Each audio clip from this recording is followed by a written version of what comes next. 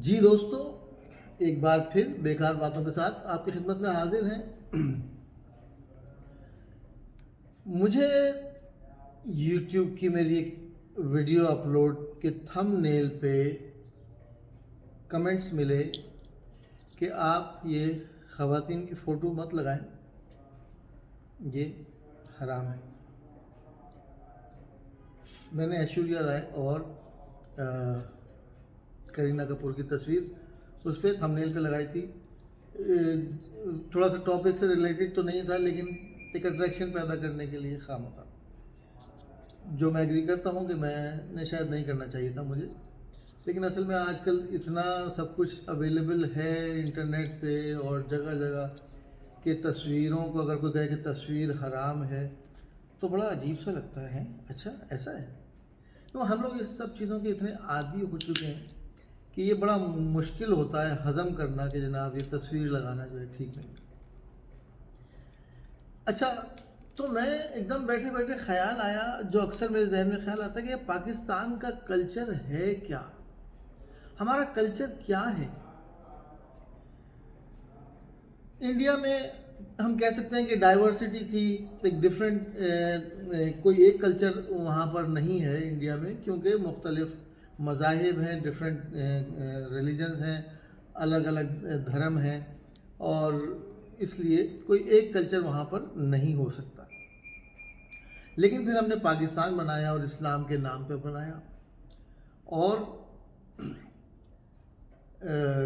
ہم نے کہا کہ جناب یہاں پر ہم اسلام کی تعلیمات پر عمل پیرا ہوں گے، تو اور اس پر ہم نے اس بنیاد پر ہم نے ایک ملک آزاد کیا یا الگ کیا، اور پھر ہم چلنے لگے۔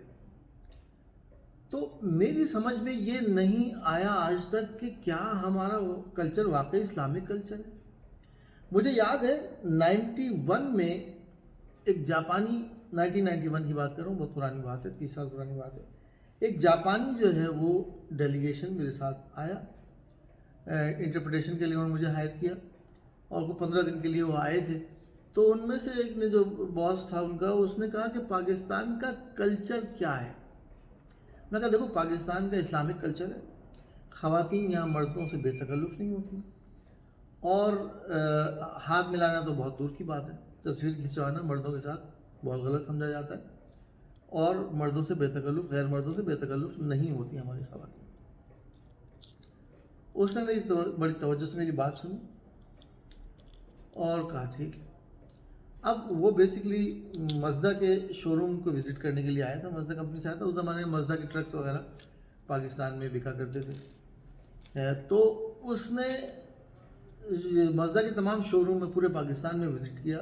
میں اس کے ساتھ ساتھ سارے پاکستان میں 15 دن گھومتا رہا۔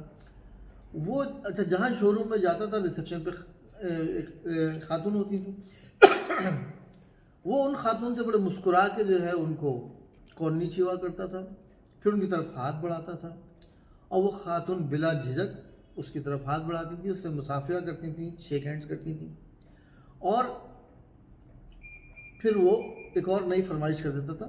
کیمرہ ساتھ تھا اس کے، تو وہ مجھے کیمرہ پکڑاتا تھا، کہتا کیا میں آپ کے ساتھ ایک تصویر کھنچوا سکتا ہوں؟ اور وہ خاتون بڑے مسکرا کے جواب دیتی تھی ضرور۔ پورے 15 دن تک وہ یہ کرتا رہا، جس شو روم پہ گیا، جہاں جس خاتون سے ملا، اس نے سب سے پہلا کام یہی کیا، اور جب بھی وہ کیمرے سے مجھے تصویر کھینچنے کو کہتا تھا، اس کے چہرے پر ایک طنزیہ مسکراہٹ ہوتی تھی، اور وہ مسکراہٹ میں نے 15 دن تک برداشت کی۔ اس بات کو دیکھ کر میں مستقل اس سوچ میں رہا، اور آج تک اس سوچ میں ہوں کہ پاکستان کا کلچر ہے کیا۔ مجھے یاد ہے کہ 87-88 میں اپنے والد مرحوم کے ساتھ جب سروے کے کام پہ جایا کرتا تھا، تو مختلف علاقوں میں ہم جایا کرتے تھے، پاکستان کے مختلف علاقوں میں۔ تو مجھے یاد ہے ایبٹ آباد میں ہمیں ایک جگہ سے، ایبٹ آباد سے کہیں ٹریول کرنا تھا، چھوٹے سے گاؤں میں، جہاں پر ہمیں سروے کرنا تھا زمین کا۔ تو وہاں پر اس زمانے میں سوزوکی پک اپس چلا کرتی تھیں، ہڈ والی، اور اس میں سیٹیں ہوتی تھیں آمنے سامنے، بیٹھے ہوتے تھے لوگ. اب وہاں پر خواتین بھی سفر کرتی تھیں سوزوکی پک اپس میں. تو مجھے یاد ہے کہ وہاں کی خواتین جو ہیں وہ شٹل کاک برقعے اوڑھتی تھیں, آج بھی اوڑھتی ہوں گی. میں ایبٹ آباد کافی عرصے سے نہیں گیا. تو ان کے ساتھ جو مرد ہوتا تھا وہ ان خواتین کے ساتھ جب بیٹھتا تھا, اتفاق سے میں ان کے سامنے بیٹھا. اب وہ کیونکہ سیٹس سوزوکی پک اپ کو بہت بڑی تو ہوتی نہیں ہے, آمنے سامنے سیٹس ہوتی ہیں, وہ ایک دوسرے کے جب سیٹس پہ بیٹھ رہے ہیں تو آمنے سامنے بیٹھ رہے ہیں. تو مجھے یاد ہے کہ وہ شٹل کاک میں خاتون جو تھیں ان کے ساتھ جو مرد بیٹھا ہوا تھا, میں ان دونوں کے بالکل سامنے بیٹھا ہوا تھا. تو وہ مرد مجھے مسلسل یوں گھور کے دیکھے جا رہا تھا کہ کہیں ایسا تو نہیں کہ میں اس کی عورت کے برقعے کی طرف نظر کر لوں. اس کے لیے یہ بے غیرتی تھی, اور وہ شاید اگر میں اس کے برقعے کی طرف نظر کرتا تو شاید وہ میرے ساتھ پتہ نہیں کیا سلوک کرتا. تو میں بہرحال نظریں جھکائے میں بیٹھا رہا. جب بھی میں نظر اٹھاتا تھا تو وہ مجھے مسلسل گھورتا تھا ایک دم سے, یہ کہیں ایسا تو نہیں کہ میں اس کی عورت کی طرف دیکھ رہا ہوں. اچھا, دوسری طرف ہمارے ایسے بھی دوست ہیں, جو دوست سے مراد واقف کاروں میں ایسے بھی ہیں جو ان کی وائفس جو ہیں وہ بڑے کھلے ٹھلے کپڑوں میں آتی ہیں, اور وہ بڑے فخر سے کہتے ہیں آئیے ہماری بیگم سے ملیے, یہ ہے میری بیگم. اور بیگم بڑے بلا جھجک ایک دم سے میری طرف ہاتھ بڑھا دیتی ہیں ہاتھ ملانے کے لیے. سب نہیں, کچھ کی بات کر رہا ہوں, کلچر ڈائیورسٹی کی بات کر رہا ہوں میں, کلچر کی. تو مجھے ہاتھ ملانا پڑتا ہے, اور میں ہاتھ ملاتے وقت وہی جاپانی شخص کی تصویر میرے ذہن میں آ جاتی ہے کہ وہ جب وہ لڑکی سے ہاتھ ملایا کرتا تھا تو میری طرف مسکرا کر فاتحانہ انداز میں دیکھا کرتا تھا اور پوچھتا تھا یہ ہے تمہارا کلچر. تو میں آج تک کنفیوز ہوں کہ پاکستان کا کلچر ہے کیا, ہمارا کلچر کیا ہے. کیا ہم ایک اسلامک کلچر میں رہ رہے ہیں, کیا ہم ایک یورپین کلچر میں رہ رہے ہیں, کیا ہم کسی مذہبی معاشرے میں رہ رہے ہیں, یا ہمارا کوئی مذہب نہیں. تو میں اکثر کہا کرتا ہوں, جل کے کہہ لیں کہ نہ ہمارا کوئی مذہب ہے, نہ پاکستان کوئی ملک ہے, اور نہ ہم کوئی قوم ہے. بس ایک جگہ ہے, ایک حادثاتی طور پر ہم ایک جگہ جمع ہو گئے ہیں. کوئی ایران سے آیا ہے, کوئی عرب سے آیا ہے, کوئی افغانستان سے آیا ہے, کوئی ترکی سے آیا ہے. کسی کے آباء و اجداد سکھ تھے, کسی کے آباء و اجداد ہندو تھے, کسی کے آباء و اجداد جو تھے وہ سید تھے, کوئی ملک تھا.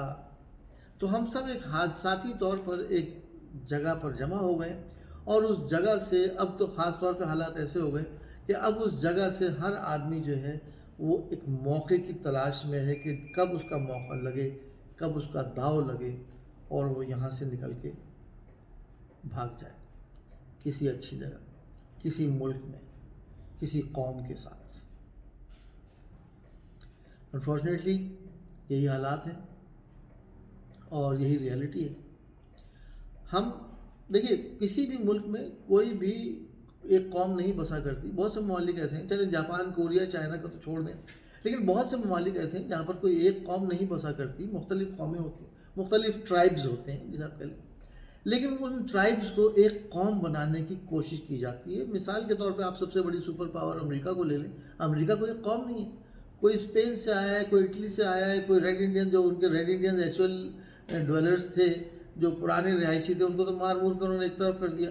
اب سارے, کوئی انگلینڈ سے آیا, کوئی ادھر ادھر سے آیا, اور سب جمع ہوئے, کوئی ایشیا سے آیا, کوئی افریقہ سے آیا, اور سارے لوگ وہاں جمع ہوئے, اور ان لوگوں کو تحفظ کا احساس دیا گیا, ان کو اپنائیت کا احساس دیا گیا, ان کو انصاف دیا گیا.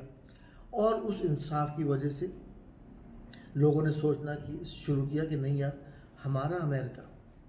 آج آپ کتنے انڈینز, کتنے پاکستانی, کتنے بنگالی, کتنے سری لنکنز کو دیکھیں جو امریکن نیشنل ہو گئے ہیں, یا ان کی دوسری تیسری نسلیں ہیں, وہ کہتے ہیں وی آر امیرکنس, ہم امریکن ہیں, ہمارا امریکہ. ٹھیک ہے, لیکن کیا ہم پاکستان کو کہہ سکتے ہیں کہ ہمارا پاکستان؟ بہت افسوس سے کہنا پڑتا ہے کہ ہم کوئی بھی شخص ہم میں سے یہ نہیں سوچ رہا کہ یہ میرا وطن ہے. ہم تلاش میں ہیں ایک موقع کی, ہم میں سے ہر شخص ایک موقع کی تلاش میں ہے۔ اگر آج امریکہ کہے کہ جناب ویزا کھول دو، ویزا کھول دیا ہے، ویزا کیا کھول دیا ہے جناب، بس آ جاؤ، بس کوئی ویزا کی ضرورت نہیں، جہاز کا ٹکٹ کٹاؤ آ جاؤ، تو آج پورا پاکستان خالی ہو جائے گا۔ امریکہ کی میں ایک مثال دے رہا ہوں، امریکہ، جاپان، کوئی سا بھی کنٹری جو ہے ڈیولپ کنٹریز میں سے اگر یہ اعلان کر دے کہ جناب جو آنا چاہے آ جائے، تو پاکستان میں صرف وہی لوگ رہ جائیں گے جو کہ یا تو معذور ہیں، یا جہاز میں بیٹھ نہیں سکتے، جہاز میں بیٹھنے سے ڈر لگتا ہے، یا پھر وہ فیوڈل لارڈز، باقی سب بھاگ کے چلے جائیں گے۔ ایک میسج ہے، مجھے نہیں معلوم کہ اس ویڈیو میں کوئی میسج بھی میں دے رہا ہوں آپ کو، دعوت فکر ضرور دے رہا ہوں، میسج کیا ہے مجھے خود نہیں معلوم۔ بہت بہت شکریہ، علیگتو گزائماشتا۔